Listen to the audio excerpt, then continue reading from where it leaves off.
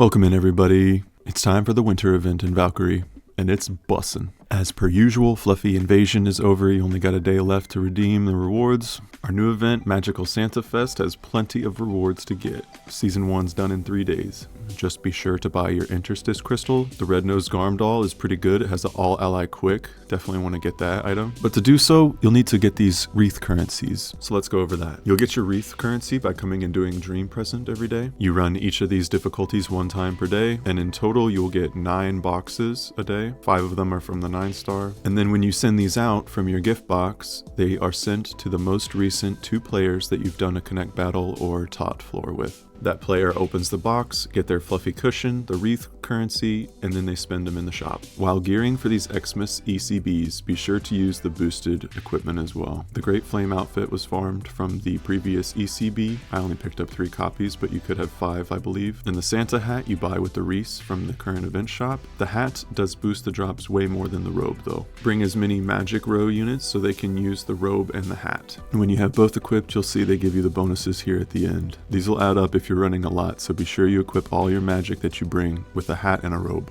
Back to the event shop. These high boost and diamond boxes are actually pretty cool. Just be sure you're farming wreaths with somebody. Grab a few friends or guildmates if you need to trade gift boxes. The shop rewards are pretty good. Don't miss them if you can. The high boost boxes got me around 150 high boost, and the diamonds, I don't remember, I didn't get the large roll, but it was about 1,000 total. If you're farming wreaths a lot and you can save up, then you can buy the 2 premium boxes, which have a chance for these 5 boxes. These 10% boxes pretty much have all the original, the Vindicator ones stacked. It's got Sigurd and Skull in it too. Then it has even most of the new catalysts, including Elson and Moonsort, so good luck to you if you get one of these. Otherwise, they have a way to finish off your Wreath currency with these Christmas presents, and it's kind of just meh stuff. I mean, maybe you need some fruits or something, but the Christmas gear voucher doesn't have anything crazy, mostly old gears. Some of these gears I still don't even bother having, but the reindeer headband is not horrible if you need an extra freeze resist somewhere. It's so short though, it doesn't really help much. The gears from the other ECBs that you can get are the Christmas earrings from Soul. For the time being, this is a pretty good Acer amp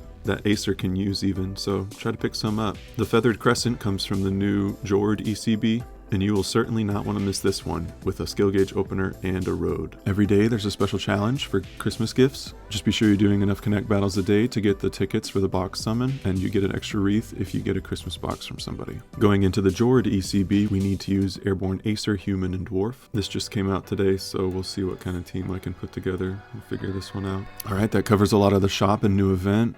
Another piece of exciting news we have is that the Ushering of the Stars are pretty much here pseudo-permanently. They have brought all 5 groups for 2 months. This is very good news. Removing the exclusivity and time constraint of this mode is great. People can farm it out at their own leisure now. This is a huge stress off to have this available pretty much semi-permanently now. This is a great move forward. Okay, now it's time to get into the banners and other updates. We have some exciting banners this holiday season. We have the Christmas item box summon, which is a free box if you just do the special challenges for the tickets every day. I'm not sure how much of the box you get to push through for free without pulling on anything, but with the exception of the 2 Reforged rune emblems that are buried in the 400 stack, then it's pretty much just other currencies, which are still good, and then 1 new gear. The present filled sack has a nice chunk of HP with self skill gauge now nullify, and then 2 enemy get skill gauge down and flame chain. Pretty decent little pickup if you grab it. Skill gauge to self is always going to be good. The premium Holy Knight party has a bunch of stuff on it. Vindicators, Saviors, run of the lot. I haven't decided if I'm doing discount steps on it yet. I don't even have the new Fatma picked over Moonlight Celine, but fair warning that the Sacred Strings Volfa is probably going to be the most busted thing to come out recently. I expect this unit to jump into triple S PvP pretty immediately.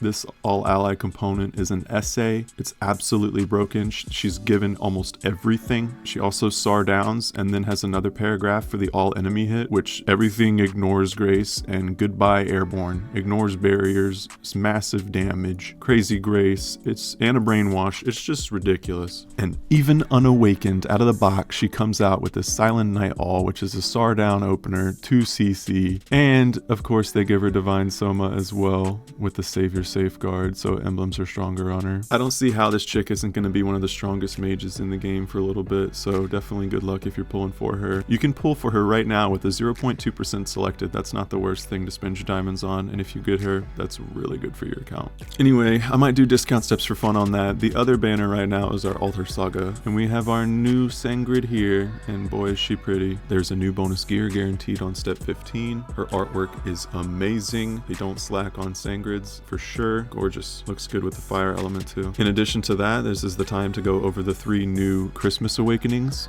So Old Christmas Sort got an awakening, although we'll talk about it in a moment. Frosty Spiritualist Verosa got an awakening. She is gorgeous. Look at that art. All the crystalline ice animals are so cool. And Yuletide Ractinia also got an awakening as well, although she's kind of more of a PvE unit. Not sure if her awakening's really going to make her more PvP relevant. Same shtick with the altar. You get your extra boxes on step 4, 6, and 10. At step 20, you get Jubilant Sangrid in a 10% box. And there is a guarantee hero at step 30 that you have selected.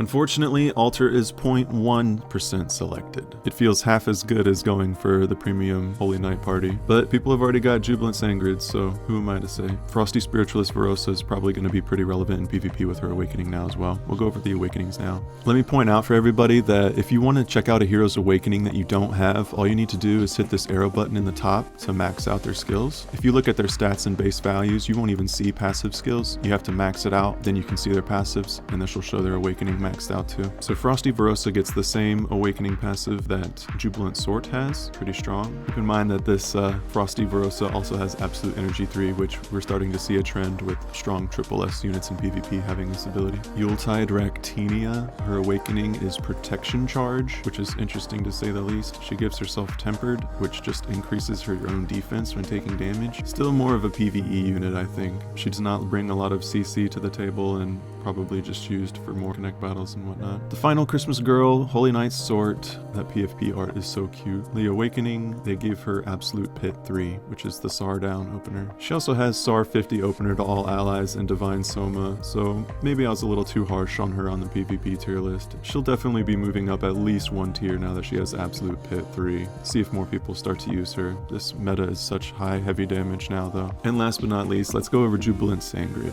I think they have some bias towards Sangrid because this unit seems busted kind of everywhere. Upon AS, she reapplies SAR 70 to front 3, and like regular Sangrid, she starts off with all ally skill gauge 30%. Well, at gold frame. I say starts off, but everyone's pretty much ranked at gold now. Kind of interesting to have a fire unit give agitation, water, and water element wall, but as we can see, she herself as a fire unit is neutral to water, so there will probably be some elemental gimmicks going on there. She increases damage to water and light element enemies as a fire unit, and then boons all of it, so she's great. Her all ally buff portion is not slacking, and then her all enemy hits are crazy. 5 different things that ignore grace to grounded. I mean, airborne gets away free, but whatever. Every hit has fire element shred, and then all 3 of the hits also ignore shields and barriers, as well as leech. She will stay healthy when she action skills. Passive, they gave her Sacred Wings, which includes Fleetfoot here. This is so strong.